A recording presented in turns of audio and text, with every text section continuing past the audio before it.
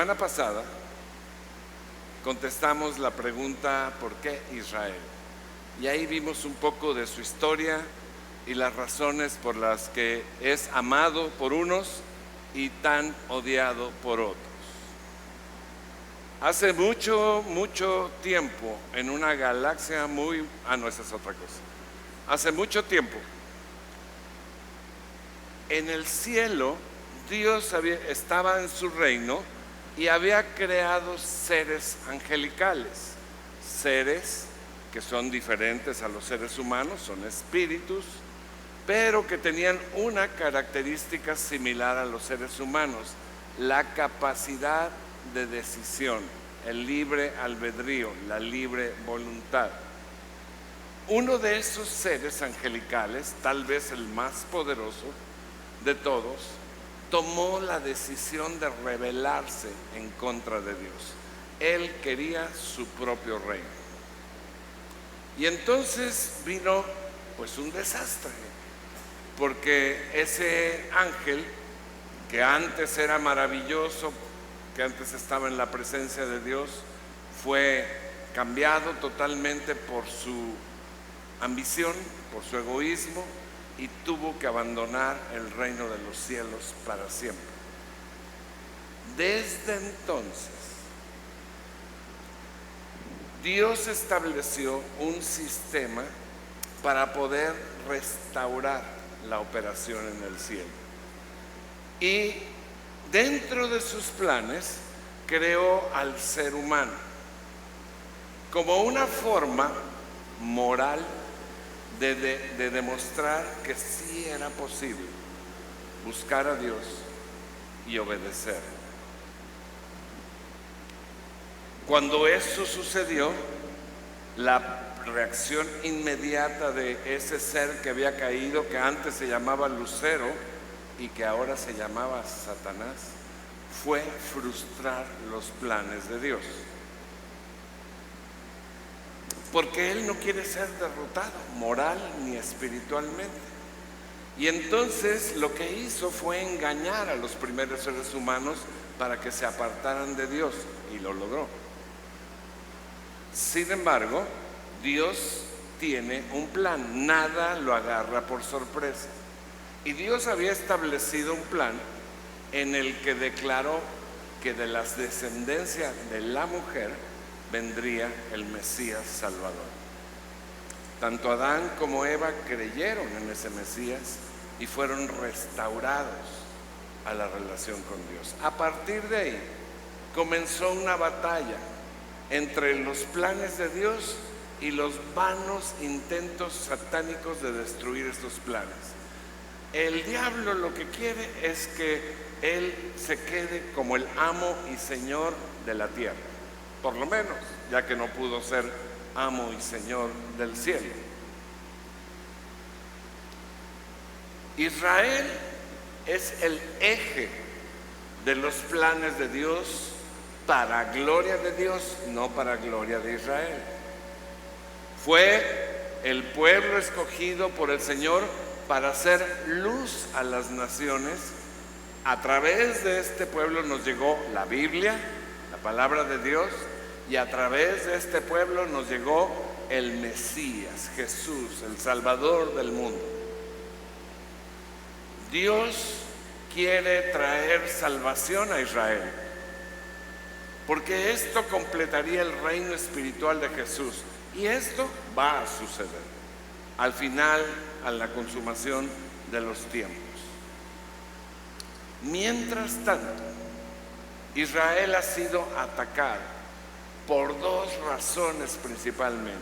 Uno, por la que ya les dije, Satanás ha buscado continuamente y seguirá buscando destruir a Israel en su vano intento de frustrar los planes de Dios. Pero la otra razón es que Israel en muchas ocasiones ha sido rebelde a Dios e idólatra. Y esto le ha traído muy malas consecuencias, como se las puede traer a cualquier persona que sea rebelde a Dios e idólatra.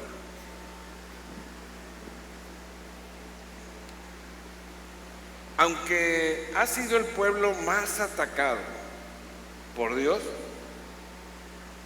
más atacado en la historia, ha sobrevivido milagrosamente a todas, absolutamente a todas las embestidas.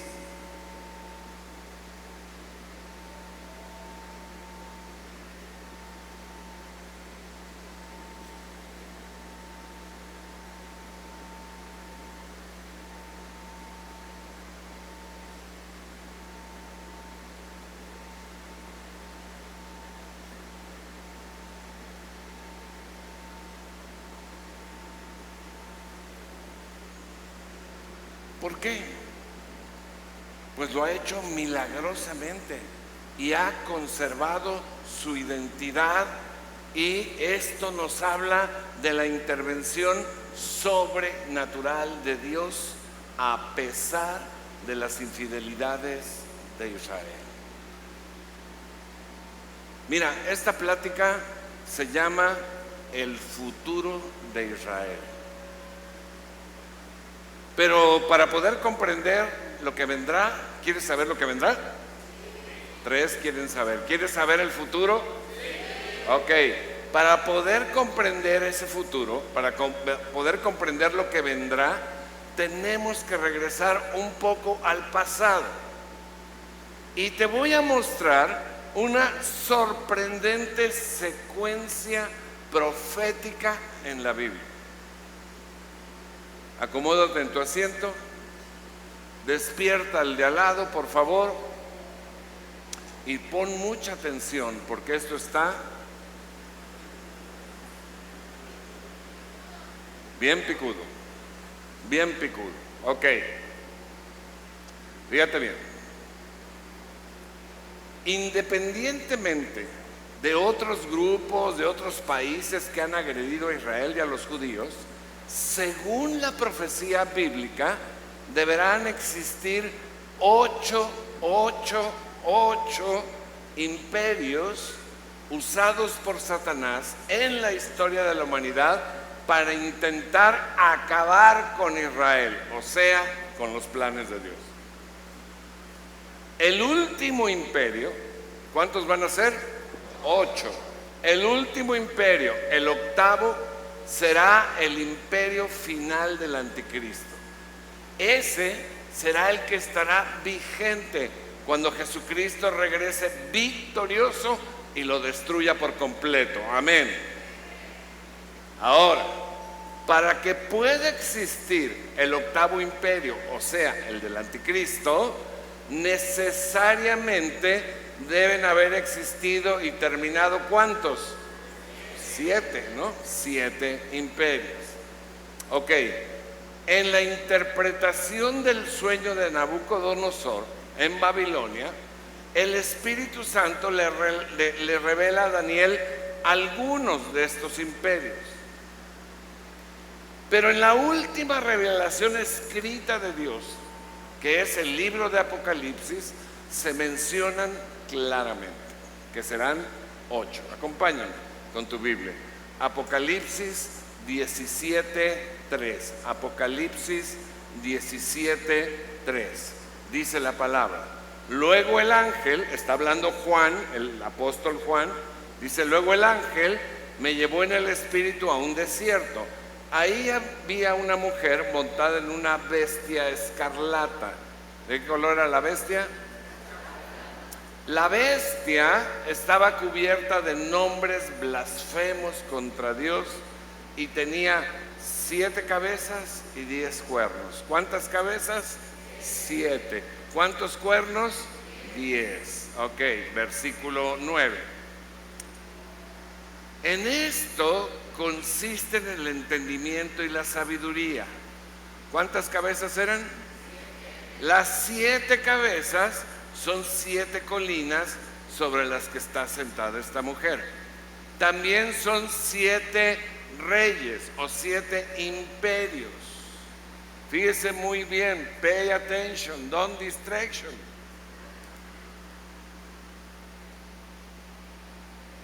Son 7 reyes, 7 imperios. 5 ya pasaron. 1 está vigente, está gobernando, el otro no ha llegado todavía, o sea, el séptimo, pero cuando llegue es preciso que dure poco tiempo. La bestia, que antes era pero ya no es el octavo rey, el octavo imperio. La bestia es el anticristo. La bestia es el octavo rey. Está incluido entre los 7 y va rumbo a la destrucción. Los 10 cuernos, ¿se acuerdan que habíamos visto 10 cuernos? Que has visto son 10 reyes que todavía no han comenzado a reinar, pero que por una hora recibirán autoridad como reyes junto con la bestia o el anticristo. Entonces, te explico, déjenme leer tantito el versículo. Podemos encontrar varias cosas. La bestia escarlata son los imperios de la bestia, tiene 7 cabezas, que son los 7 imperios que deberían ir antes del octavo. Está lógico, ¿no? Y luego 10 cuernos. Estos 10 cuernos son las 10 naciones que van a integrar el último imperio, el octavo imperio. En el tiempo en que el apóstol Juan escribió Apocalipsis fue en el año 90, más o menos, año 90 después de Cristo. 5 imperios ya habían pasado, él lo dice ahí. 1 estaba vigente, el imperio romano, y 2 estaban por venir, el séptimo y el octavo. ¿Voy bien hasta aquí? ¿Está claro? Ok. La característica más sorprendente de todos los imperios de la bestia, del Satanás, es su odio, agresión y dominación de los judíos. Todos ellos, sin excepción, han hecho o van a hacer intentos de destrucción total de Israel. Ahora, vamos a identificar brevemente los primeros 6 imperios, que abarcan desde que se estaba formando Israel hasta el tiempo de Juan, o sea, hasta el tiempo en que se escribió el Apocalipsis. ¿Voy bien? Primer imperio, ¿cuántos vamos a ver? ¿Cuántos son en total? 8. ¿Cuántos vamos a ver ahorita? 6. Ok, primer imperio, egipcio. Dice la palabra, un faraón que no había conocido a José empezó a atacar, a hacer cosas contra el pueblo de Israel, lo esclavizó, lo asesinó, lo persiguió cruelmente. 2 veces ordenó la matanza de todos los niños varones judíos y Dios protegió sobrenaturalmente a Moisés y después lo usó para liberar a su pueblo. El faraón se negó, vinieron plagas, destruyeron Egipto, destruyeron su economía. Cuando el pueblo de Israel salió, lo persiguió, se hundió en el mar Rojo el ejército de faraón y el imperio jamás volvió a lograr recuperar su gloria y su poderío anterior. Y hasta hoy pues es un país que no es imperio, ¿no? Nada más un país como cualquier otro. El segundo imperio fue el imperio asirio. Asiria conquistó el reino del norte. Israel se había dividido en 2, conquistó la zona del norte, compuesto por 10 de las 12 tribus de Israel. Muchos fueron muertos, otros regados por diferentes lugares del mundo conocido, de tal manera que, como dije, se habla de las 10 tribus perdidas de Israel. Después, este imperio asirio intentó sobrenaturalmente intentó la conquista del reino del sur, Judá, pero Dios sobrenaturalmente lo protegió. Y entonces fue asesinado por sus propios hijos y poco después el imperio fue conquistado y desapareció. Segundo intento fallido. Tercer imperio, Babilonia. El rey Nabucodonosor, si usted va a tener bebé, es un buen nombre para su hijo. El rey Nabucodonosor conquistó Judá, el reino del sur, mató a muchos y el resto se lo llevó cautivo a Babilonia. Arrasaron totalmente Jerusalén, destruyeron el templo de Salomón, saquearon todos sus tesoros y uno de los prisioneros, un jovencito llamado Daniel, después profetizó y vio la caída del imperio babilónico. Cuarto imperio, el imperio medo-persa. Ellos conquistaron a Babilonia, pero mantuvieron en el destierro al pueblo judío. Y de repente el rey, a instancias de su primer ministro, proclama un edicto por el cual todo mundo tenía derecho a asesinar a todos los judíos. En eso surge la famosísima reina Esther, y gracias a su intervención Dios salva al pueblo. Tiempo después, este imperio es conquistado y destruido por Alejandro Magno.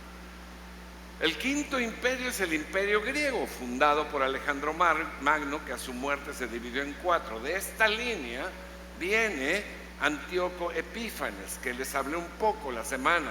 Tenía un odio irracional, obsesivo en contra del pueblo de Israel, asesinó una gran cantidad de judíos, prohibió la adoración judía, ordenó destruir todos los ejemplares de la Biblia, de lo que existía del Antiguo Testamento, y la más grave profanación ocurrió cuando sacrificó un cerdo en el altar del templo. Para los judíos no hay cosa más contaminada que un cerdo. Pero Dios liberó sobrenaturalmente a su pueblo. El imperio desapareció, decayó, y hoy también Grecia es un país muy pequeño, ¿no? Todo aquello lo que Alejandro conquistó desapareció. Sexto imperio,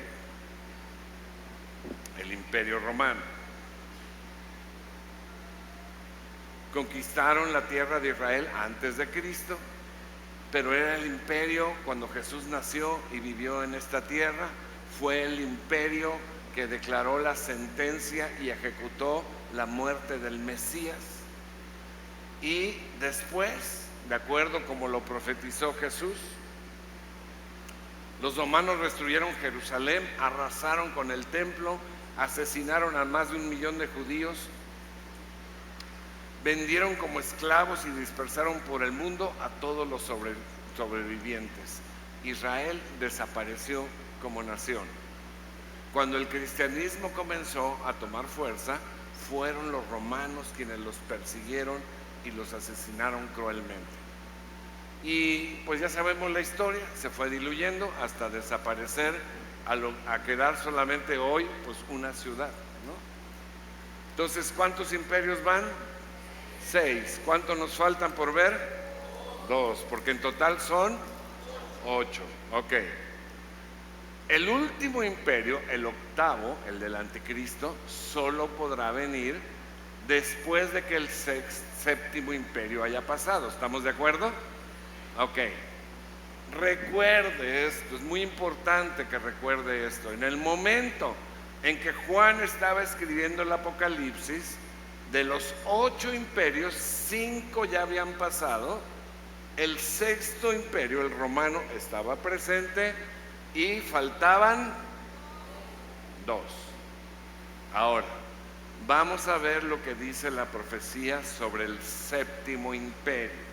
Séptimo imperio. Acompáñeme, Apocalipsis capítulo 17, versículo 10.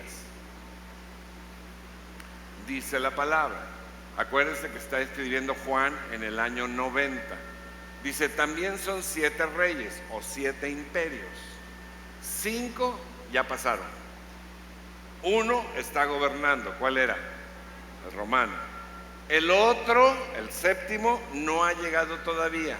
Pero ojo, dice, cuando llegue es preciso que dure, ¿cuánto? Poco tiempo. Entonces, este séptimo imperio debía cumplir con ciertas condiciones muy específicas. Primero, obviamente debía intentar aniquilar al pueblo judío.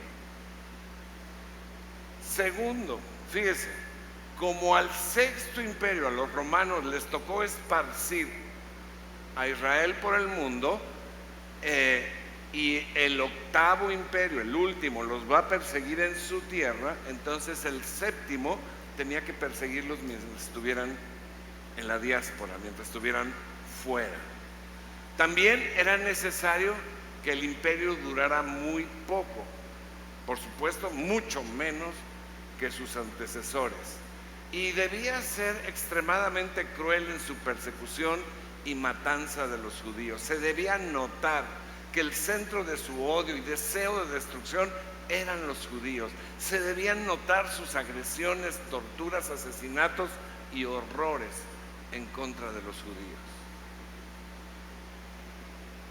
Para ser lógicos, debía existir el séptimo, tenía que existir después del sexto y antes del octavo. El sexto imperio se desvaneció por ahí del año 500. Y este séptimo imperio tenía que existir entre el año 500 y antes de que fuera Israel nación. Israel fue nación en 1948. Entonces tenía que existir en esa ventana de tiempo, ¿no? Y solamente hay un imperio que cumple todas estas condiciones. ¿Sabe cuál es? El Tercer Reich de la Alemania nazi de Adolfo Hitler. Un imperio que ya pasó y desapareció. Mi hermano, el mundo está listo hoy para recibir ahora al último y más terrible de los 8 imperios de la bestia, el imperio del anticristo. Quizá más adelante, en otra ocasión, les describa este octavo imperio, pero ahora solo voy a mencionar algunas pocas cosas de él. Este imperio será encabezado por un hombre al que la Biblia le llama de muchas maneras, entre ellas anticristo. El cine nos ha hecho creer que el anticristo será pues una especie de, ¿cómo le podríamos llamar? Pues alguien muy feo, ¿no? Como, haz de cuenta que tomaron de modelo a tu marido y le pusieron rojo y cuernos y así va a ser, ¿no? Pero la verdad es que va a ser un hombre muy atractivo, muy carismático, un hombre con ideas, buenas ideas y soluciones para un mundo en crisis, que cada vez estará más en crisis según la palabra, ¿no? Entonces, ¿quién no va a querer un salvador, entre comillas, así, un hombre, un líder que va a ser líder sobre 10 naciones, como nos decía ahí la palabra?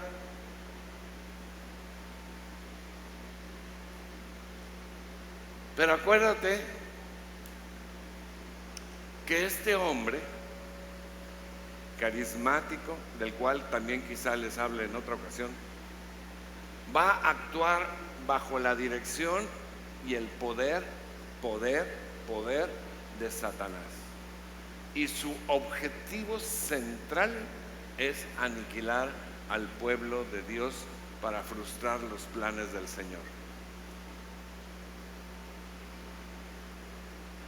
Todos los días que ocurre algo con Israel, pues mucha gente, muchos supuestos conocedores dicen, ahora sí, ya se va a acabar el mundo porque ya este trato, esta guerra, esto. Pero la Biblia especifica muy bien cuándo va a comenzar el periodo final. Y este periodo final se llama la semana 70 y tal vez en otra ocasión también te la enseño. Pero lo que va a suceder, la semana 70 son los últimos 7 años del mundo tal y como lo conocemos. Y al inicio lo que va a suceder es que este líder, este hombre ya poderoso, va a firmar un tratado de paz con Israel para traer totalmente paz en la región. Va a disfrazarse de amigo, va a disfrazarse de protector. Pero a los 3 años y medio después va a violar el pacto, va a invadir Israel, va a causar destrucción gigante y va a desatar la más grande persecución de la historia contra los judíos. Pero ojo, A través del pueblo de Israel nos llegó el Mesías. Ellos lo rechazaron y han sufrido las consecuencias durante los últimos 2000 años. Pero para nosotros fue una bendición, porque a través de ese Mesías, todo aquel que ha creído en él ha podido ser perdonado y salvado del castigo eterno. Ha podido ser injertado en el pueblo de Dios, pero con la protección de Dios por la obediencia. Todo el que ha creído en Jesucristo ahora es pueblo de Dios y por lo tanto está bajo su bendición y su protección mientras se mantenga obediente. Si se mantiene desobediente, rebelde o idólatra, le va a pasar lo mismo que Israel, las consecuencias, ¿no? Porque es muy chistoso con la gente. Hay gente que no se acerca a Dios, no le conoce, no tiene comunión, no le sirve, no le produce, y cuando le pasa algo, le echa la culpa a Dios y dice: ¿dónde está Dios en todo esto? Pues Dios le dice: pues en el mismo lugar, tú eres el que te saliste.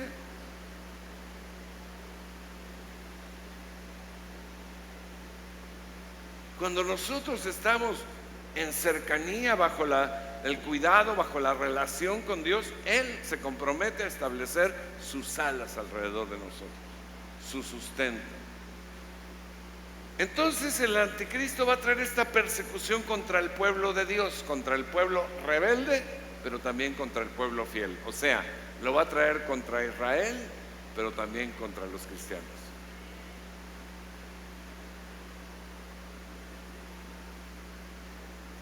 Porque en realidad Él no tiene, digamos, el deseo de acabar con una nación, tiene deseos de acabar con los planes de Dios. Y si Israel o los cristianos se interponen, pues contra esos va. Y esto la Biblia le llama la gran tribulación. La gran pregunta, mi hermano, es: ¿logrará Satanás, el anticristo, las naciones ahí alrededor, alguien logrará destruir totalmente a Israel y al cristianismo? Te doy la respuesta concreta y contundente: no. Hasta te la digo en inglés: of course not. Te la digo en naco: nel pastel. Te la digo en más naco: nones, como dijo Tom Jones. No, de ninguna manera. Dios prometió que ese tiempo, inclusive ese tiempo final, terminará antes de que Satanás logre su objetivo, y que Jesús mismo regresará a salvar a su pueblo y destruir a sus enemigos. Amén. Y cuando eso suceda, los creyentes seremos transformados en un cuerpo incorruptible, inmortal, y arrebatados en el aire para estar con nuestro Señor Jesucristo. En ese mismo momento también Israel se convertirá al Señor y será restaurado en su tierra prometida. Jerusalén se convertirá en el centro del mundo, desde donde Jesús gobernará. Al fin se cumplirá la profecía que está en Isaías 54:14. Estarás segura bajo un gobierno justo e imparcial. Tus enemigos se mantendrán muy lejos. Vivirás en paz y el terror no se te acercará. ¿Qué te parece? Oiga, nosotros habíamos organizado un viaje para estar en Israel saliendo el 2 de noviembre. Y de repente sucedió todo esto del ataque terrorista de Hamás y lo que se ha suscitado después. Y bueno, pues nos vimos obligados a cancelar el viaje a Israel. Vamos a hacer un viaje, pero ya no a Israel, a otras partes ahí de Europa. Y me decían: bueno, y ya habrá oportunidad más adelante de ir a Israel. Le digo: miren, yo creo que para mí tal vez pues ya era la última oportunidad, porque cada vez se está poniendo peor. Eso es lo que está profetizado. Pero cuando Jesús regrese, voy a ir. Amén. ¿Y sabe qué? Ya no va a haber guerra porque Jesús va a estar ahí. Ya no va a haber terroristas porque Jesús va a estar ahí. Ya va a estar reconstruida Jerusalén porque Jesús va a estar ahí. Y me va a recibir a mí porque soy su hijo. Amén. Amén. Ahora, todo esto es muy interesante. Pero ¿qué tiene que ver contigo? Te digo cuánto tiene que ver contigo. Absolutamente todo. En primer lugar, con la finalidad de fortalecer tu fe, debes saber, debes creer que Dios es el creador de todo lo que existe, que es omnisciente, omnipotente, omnipresente, es decir, que no hay nada ni nadie igual o mayor a Él. Por lo tanto, Él es el soberano del universo. Y la soberanía de Dios significa que Él ejerce autoridad suprema sobre toda la creación. Él está en control, tiene sus propios planes y tiene su propia agenda que nadie va a frustrar. Acompáñame a Isaías 46, versículo 9, dice la palabra: yo soy Dios y no hay ningún otro. Yo soy Dios y no hay nadie igual a mí. Yo anuncio el fin desde el principio, desde los tiempos antiguos, lo que está por venir. Yo digo, mi propósito se cumplirá y haré todo lo que deseo. Mi hermano, Dios es el que se sienta en el trono del universo y desde ahí manifiesta su supremacía. Él puede hacer lo que le plazca. Ni Satanás, ni los imperios, ni los seres humanos tienen la autoridad ni el poder para impedirlo. Dice Salmo 135, el Señor hace todo lo que quiere en los cielos y en la tierra. Mira, léelo con calma. No dice el Señor hace casi todo lo que quiere. Dice el Señor hace, ¿cuánto es todo? El 100%. Él hace todo lo que quiere en los cielos y en la tierra, en los mares y en todos sus abismos. Número 2, que tiene que ver contigo. La soberanía de Dios es absoluta, no tiene límites, pero dentro de ella estableció ciertas cosas, ciertos parámetros bajo los cuales Él, en su sabiduría, en su conocimiento, permite cosas que nosotros no entendemos en nuestra limitada mente humana y que francamente preferiríamos que no permitiera. Cosas como cuáles: la actuación de Satanás, el mal, el pecado, las guerras, las victorias de la América, el dolor, la enfermedad, la violencia. ¿Sabe que muchas de estas ocurren como consecuencia de la desobediencia a Él, de apartarnos de Él? Dice Romanos capítulo 11, versículo 33, qué grande es la riqueza, la sabiduría y el conocimiento de Dios. Es realmente imposible para nosotros entender sus decisiones y sus caminos. No lo entendemos. Pues, ¿quién puede conocer los pensamientos del Señor? ¿Quién sabe lo suficiente para aconsejarlo? Sin embargo, mi hermano, amigo, viejito, compadre, a pesar de todo lo que vemos y no comprendemos, puedes estar total y absolutamente seguro de que nada se le ha salido de control. Nada. No está inquieto Dios, no está frustrado, Nada le ha agarrado por sorpresa. Él es quien dirige todas las cosas de acuerdo a su voluntad. O sea, todo lo que hacen los malos, pobres, porque no saben para quién están trabajando. Porque Dios está haciendo su voluntad. A final de cuentas, puedes estar tranquilo de que todo saldrá de acuerdo a sus planes. Dice Efesios capítulo 1, versículo 11, y hace que todas las cosas resulten de acuerdo con su plan. Hace que todas las cosas resulten de acuerdo con su plan. Y número 3 y último, ¿qué tiene que ver contigo?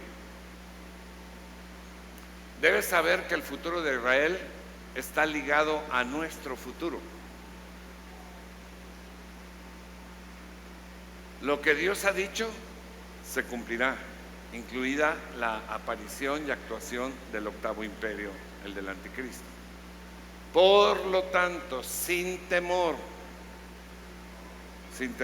porque si Dios con nosotros, ¿quién contra nosotros? Y en paz, tenemos que prepararnos para recibir su protección en lo que viene. ¿Cómo? Siendo fieles predicadores del mensaje de salvación y manteniéndonos en permanente comunión con el Señor. Jesús dijo, Juan 16:33, Jesús dijo, les he dicho todo lo anterior para que en mí tengan paz. Aquí en el mundo tendrán muchas pruebas y tristezas, pero anímense. ¿Por qué? Porque yo he vencido al mundo. Algunos no lo entenderán. Algunos se apartarán del Señor por causa de sus negocios, o por causa del temor, o por causa de la prueba. Pero dice la palabra que el que persevere hasta el fin, ese será salvo. Y ese gozará de las maravillas eternas del reino de los cielos y sus recompensas. Recuerda que si tú estás con Jesús, Él prometió estar contigo todos los días hasta el fin del mundo. Y esa no es una promesa falsa, eso es absolutamente real. Mi hermano, termino con esto. Recuerda que en este mundo no hay más que dos equipos, el de Dios y el otro. No hay equipos intermedios. Tú no puedes decir, bueno, es que yo soy aguador o soy el entrenador. No, o estás en uno o estás en otro. No hay equipos neutros, no hay equipos intermedios. Solo hay dos equipos. Uno va a perder y el otro va a ganar. El que no es de Dios va a perder, ya perdió. Y su destino es terrible porque es sufrimiento eterno. Pero el otro equipo, el que tú escogiste, el equipo de Dios, ya ganó y tiene la victoria eterna. Y al final, cuando todo termine, sabemos que ya ganó. Por eso podemos vivir tranquilos. Hace un tiempo yo quería ver un juego de fútbol que ya casi no tengo oportunidad de ver. Y era un juego, jugaba el equipo del cielo contra el equipo del infierno, o sea, las Chivas contra el Toluca. Y como yo no iba a poder verlo, lo dejé grabando para llegar en la noche y verlo con toda tranquilidad. Pero no falta el simpático que te dice el resultado. Entonces me dijeron, las Chivas ganaron 3-2.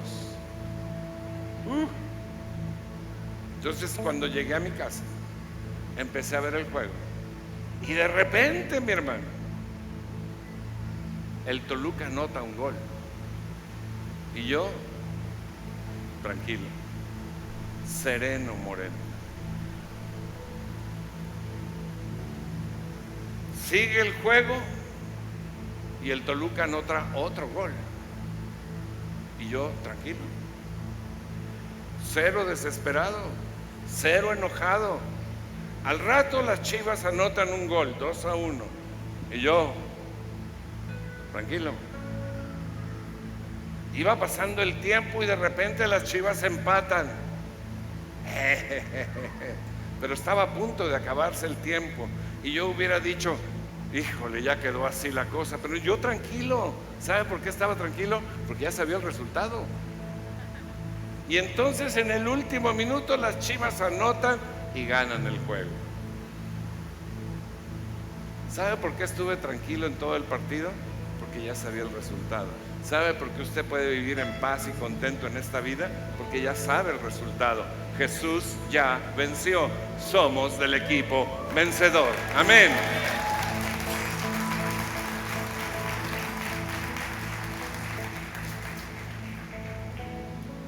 Quiero hacer dos invitaciones. La primera invitación, si usted está aquí por primera o segunda vez, todo se trata de Jesús.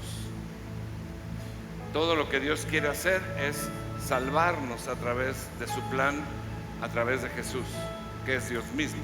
Y todo lo que el diablo trata de hacer es evitarlo. Que usted no crea, que usted no lo haga, para que lo acompañe en su terrible destino eterno. Pero la gracia de Dios nos permitió que Jesús viniera a este mundo, muriera el inocente por nuestros pecados, porque nosotros no podíamos vivir una vida perfecta, que es el requisito para ir al cielo, pero Él sí lo vivió. Y entonces dice, todo el que crea en mi sacrificio, todo el que crea en mí, sobre Él recae mi inocencia, y entonces es perdonado y es adoptado como hijo de Dios y recibe gratis la vida eterna. ¿Quién no quiere algo gratis y algo tan maravilloso como ese, ¿no? Si tú no has recibido a Jesús, no lo has reconocido como tu Salvador, este es el momento. No es una religión, es un regalo, es una relación para que tú puedas tener el perdón y la vida eterna.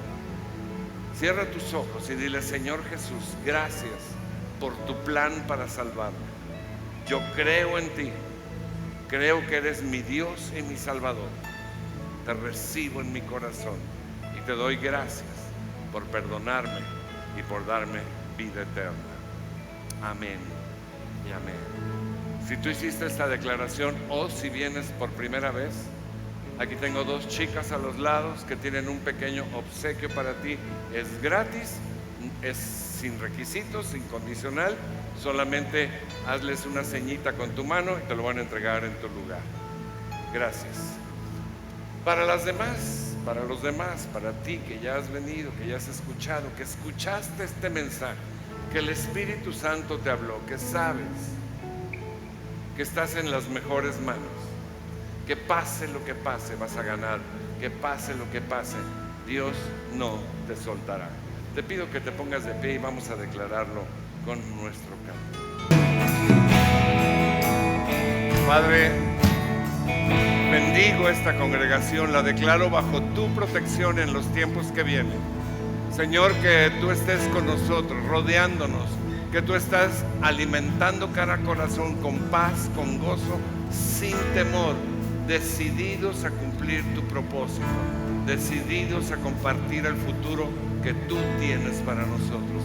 Te bendigo, Señor, y bendigo esta congregación, que tú estés con ella este día y esta semana, en el nombre precioso de Jesús.